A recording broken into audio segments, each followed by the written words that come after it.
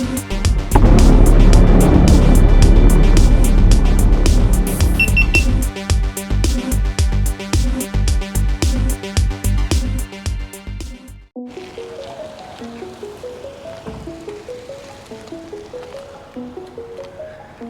everybody, welcome back. It's Joey again. You're watching Vegas D-Tech. Got another good one for you. We're over here back at the Hoover Dam again, and actually we're going to be going up across the overpass bridge, which means we got to climb all of these little zigzags to get to the other side. And we're going to do our report from here today, give you a situation report as to the water levels, the current inflows, outflows. Might even stop by the marina, so stay tuned. We got a good show for you. All right, so if you're coming to the overpass bridge that you can walk over, the Hoover Dam, you're gonna have to come to these stairs right here and zigzag your way all the way up to the top. And it's called the Mike O'Callahan Pat Tillman Memorial Bridge, right up here.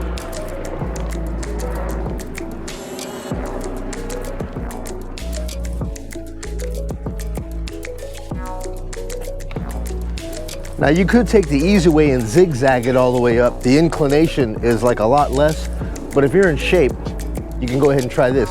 I'm not saying that I am, but I gotta follow her, and she's always in shape.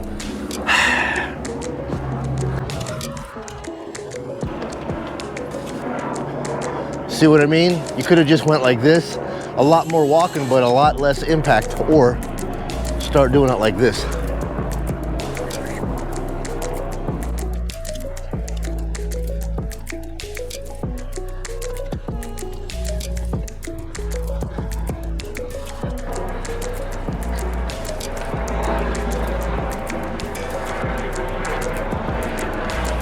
And then eventually you'll make it to the peak point, which is right here, where I would suggest you take a rest. And then we head up to the actual bridge.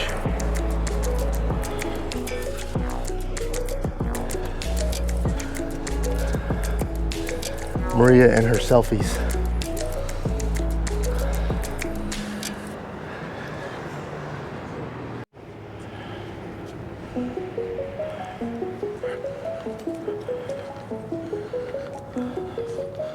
Little historical panorama.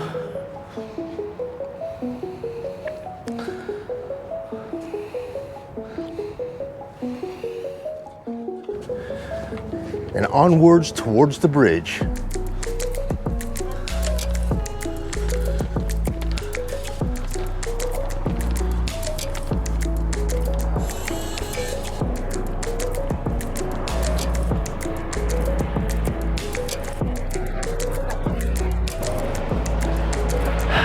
A lot of walking if you guys enjoy doing that.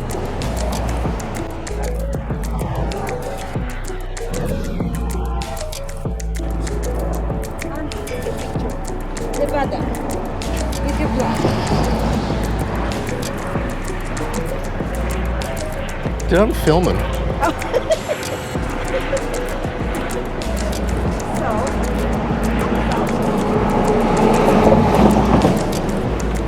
All right, guys, so we're gonna be coming to the entrance to the bridge right here.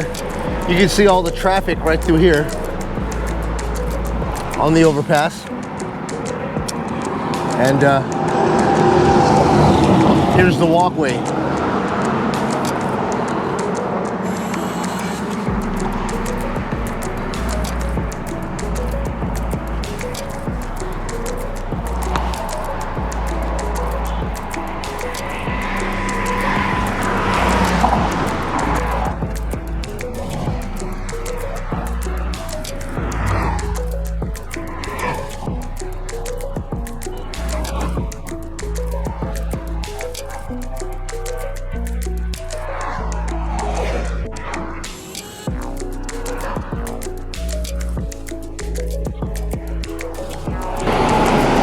I'm going to be switching you over to the Canon so I can get you zoomed in and we can take a look at the actual turbines down below.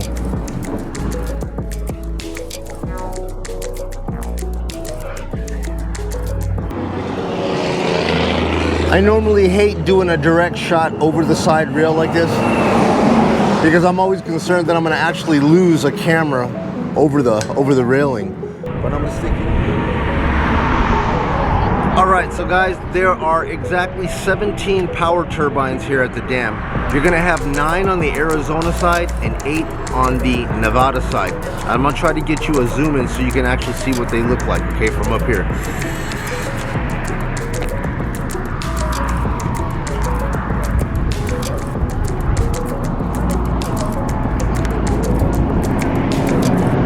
So we're looking at it from the opposite side. That's Arizona, this is Nevada. 9 of those down there are going to be the turbines for the Arizona, and 8 of them are going to be here for Nevada.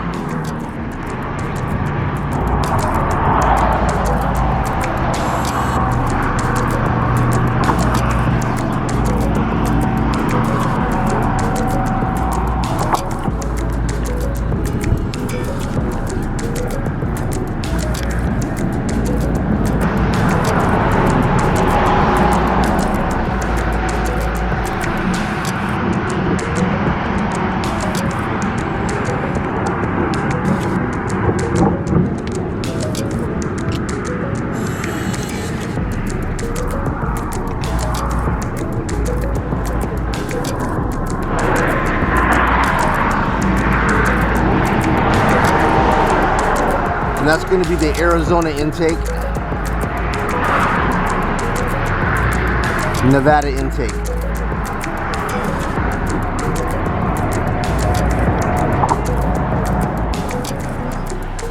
Now have a look at this crazy winding road as you come in. We're going to be actually taking this lower road to get back over to the dam to get over to the other sides, but have a look.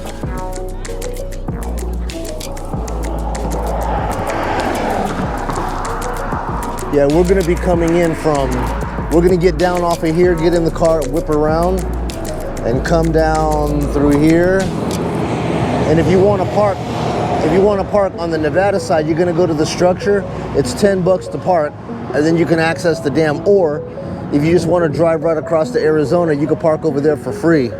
So your choice, $10 Nevada, $0 Arizona. I think I'll take $0.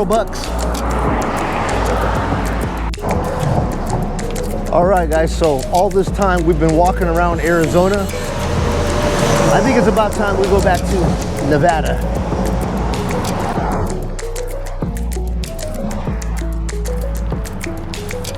All right, so we've officially made it to Nevada. Such a long journey, if you know what I mean. And we're gonna go ahead and wind our way back down to the car, get across and get over to the dam.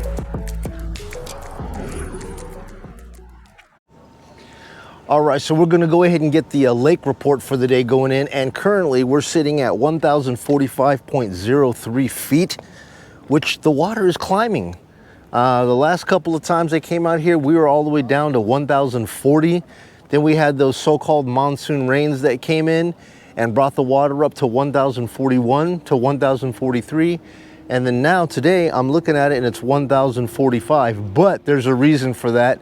And it's going to be because Lake Powell is actually giving up all of its water to try to fill this thing up.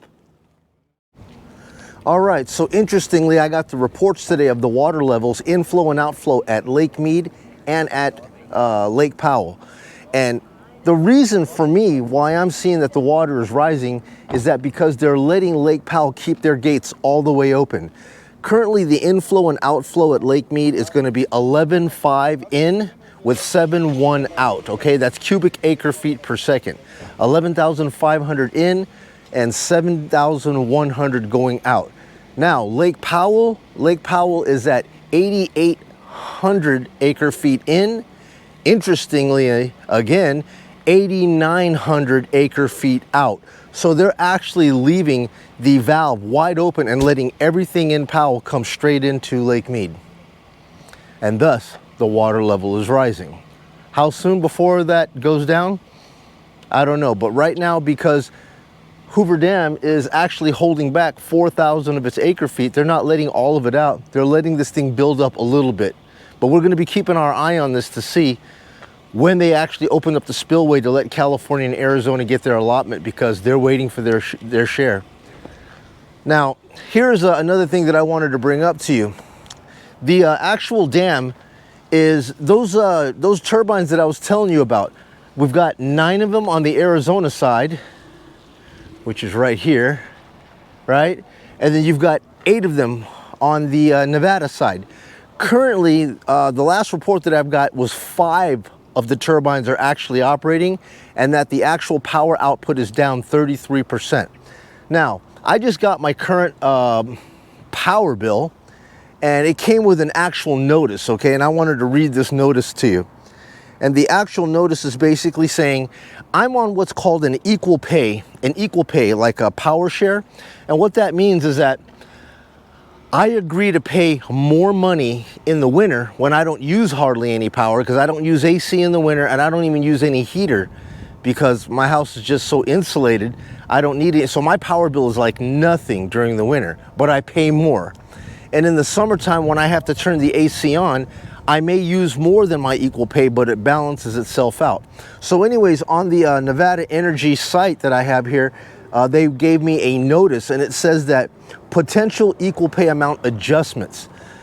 What it basically says is that, okay, this dam right here produces power, but I'm gonna give you a breakdown as to where all the power goes. Like 58% of the power generated here at the dam goes to California. 22% goes to Nevada, and another 20% goes to Arizona, okay? So being that they're down 33%, Las Vegas is gonna have to make up for that downage in some way, and the majority of our actual energy comes from natural gas, okay? So they said in the actual article here that they're going to have to purchase more natural gas to make up for the actual drop in power here at the dam, and that's what's going to show up on my bill. More natural gas is needed to make up for the resource that's lost here because of the power that's not being generated at the dam. So we always talk about the water going down at the dam, but before we actually get to that critical phase, what you're going to actually see is the rise in the price of energy before we get to the additional strains and stresses of losing power coming from the dam.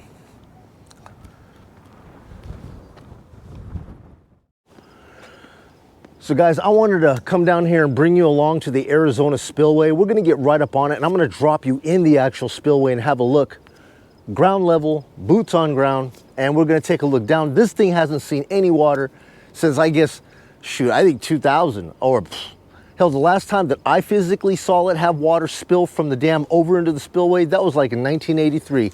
But we're gonna take a look here, and you tell me what you see. Because like I said, this entire area right here was actually filled all the way up here with water. That's the only way the spillway works, is that the water from the dam, the water gets all the way up to here. You can see this is where the actual water was supposed to be, right up to the spillway.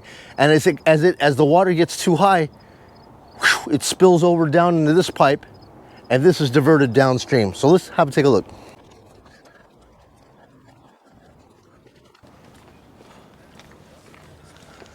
So guys, imagine this in your mind, right?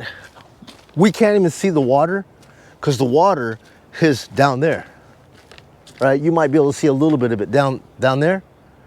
Now, all of that water was up, boom, and it was up in this area. All of this right here was filled with water, and all of this water was actually filled all the way up to the top of the spillway right here. And when the level got too high during our wet seasons, the water would actually come up over this guy right here. And they even have gates, man. See these little flaps? These are flaps here. The flaps can go up and down, and you could actually see the mark right there where it's scraped up, and it goes up and down to bring the gate up to hold back water and down. Please, we have not seen any water in decades, man.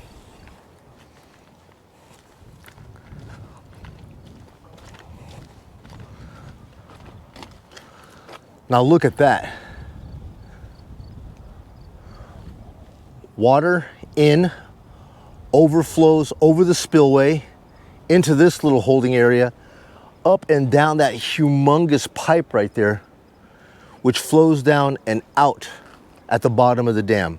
That's for the overflow and flooding. We haven't seen that in decades, guys.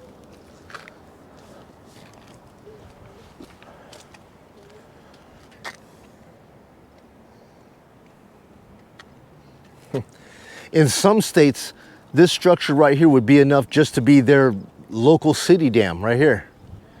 And this is just one spillway, as the actual dam is sitting right over there.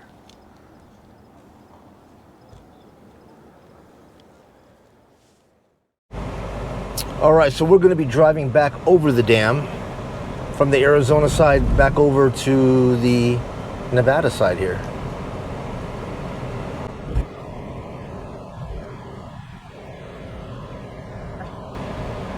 It's just so crazy to be right dead smack on the line that divides Nevada and Arizona.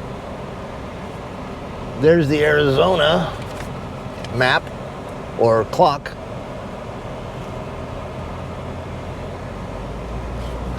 And just literally a couple of feet away here, you're gonna come over to the Nevada time. And if you guys actually want to come down here, you could actually go down into the dam. There's actually the dam tours where you can go down and actually see, you know, if you want to go down. I'm claustrophobic, I don't want to go down there. But right through these doors right here, these golden elevators, take you right down to the bottom of the dam, and you can just take a look at all the turbines and stuff inside. But here we go, guys. Now we're on the Nevada time. Just like that.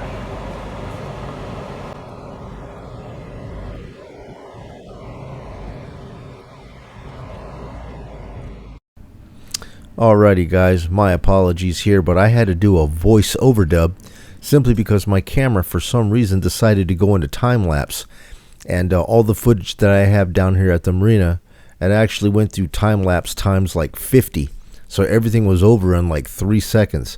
So I had to use my video editing software to completely slow it down to where I could actually talk over this and narrate.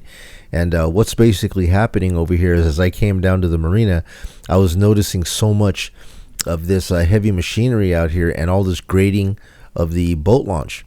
And I went ahead and talked to some of the people at the faculty at the harbor, and I was asking them who was actually funding all this, because this is a whole lot of gravel and an entirely huge project, way bigger than I've ever seen. And they said that it's not, they don't think that it has anything to do with the marina. This is all National Park Services funding all of this to extend the boat launch and make it wider. And you know, this is the only, Hemingway Harbor is the only actual boat launch that's left in the entire marina that's open, and there's just no reason for it to have just that one little teeny slip down at the bottom when you're the only boat launch in the entire lake system that's open and available. Might as well do it right, expand it, and grade it up, and just keep it proper for everybody to come down there, so you're not having to wait for hours and hours to launch your boat. So none of that boats ramp down at the bottom. We're not going to be using that little boat ramp no more. It's going to be one humongous boat launch. Should be good for anybody with a pleasure craft. I came down here to the actual marina to actually get the reading for the water, and it is 1045 like normal. And while I was out here, I just noticed hundreds of people, Europeans. They came in on a tour bus, and here they all are about to get rides out to the beach. Yeah guys, so basically talking to Dylan out here at the harbor, he's telling me that he thinks this right here is actually being sponsored and financed by National Park Services, because it's quite extensive, the kind of work that they're doing to actually spread this thing out and pave it. They've only got one side of this open here where you could see the truck in. So one side of the original boat launch is open. The other side they've got closed for a couple hours at a time as they continue to grate and pave. And it's really, really wide. So I'm only assuming that they want to open this thing up to make it a lot easier and more efficient for people to come in and bring their boats.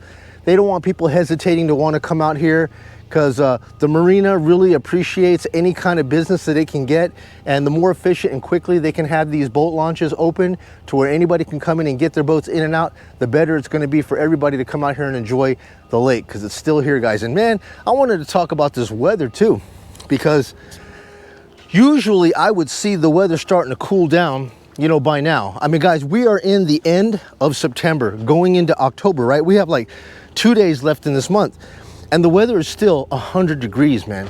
98, 99, 100. Yeah, sorry about that, guys. Battery just cut out on me. That's the thing about GoPro. You'll just be sitting here doing your reports, and all of a sudden you get 7 beeps. Battery's done. Got to get another battery in. Yeah, but we're just talking about this weather. And dude, I'm out here right now, 10:30 in the morning, you know, because I wanted to get this report taken care of, because I was like, look, man, normally I would see, after living out here in Vegas my whole entire life just about, by mid-September, we're starting to see the, you know, monsoons come in, a couple of good rains, a couple of good showers, and then the wind will come in, and then the winds of change just happens here. It's just like that. We don't get no progressive type of shift. It's automatically hot, and then a couple weeks of cool and wet, and then boom, ice cold, right? That's just how it goes here. But I am so surprised, man, that we're going into the first, you know, October 1st, and we're still seeing 100-degree weather out here in Vegas, man. So I'm starting to see, definitely, I can definitely tell you that I'm seeing climate shift out here. And I don't know if it's like the actual months are shifting. Like, you know how we have like daylight savings? I think we're gonna have like some summer savings and, you know, winter savings, because I think that those months, they just shift. So we're actually getting, the last month is actually moving, and the last month of spring is moving in. The last month of fall is moving forward. So it's kind of like the months that we are normally anticipating it to be extremely hot, it's extending an extra month. So it may be October 15th, almost Halloween, until we start seeing some cool weather out here. So strange, so strange. But anyways, guys, it's Joey. You're watching Vegas D-Tech. We're out here at the Marina. Had to give the Hoover Dam and the Marina update report for the month. We're gonna close it all out here for the month, and that's all I got for you guys. So anyways, if you guys found any of this information beneficial, useful, do me a kindness, guys, share this with your family, friends, colleagues. Give me a thumbs up and subscribe if you haven't done so already. It helps me to appease this YouTube algorithm so that I can get my videos updated and out to you as soon as I get them. All right. So anyways, that was a whole lot to get out on one breath. So anyways, guys, thank you again. I'm Joey. You're watching Vegas D-Tech. I'll talk to you guys on the next video. We'll see you. Take care.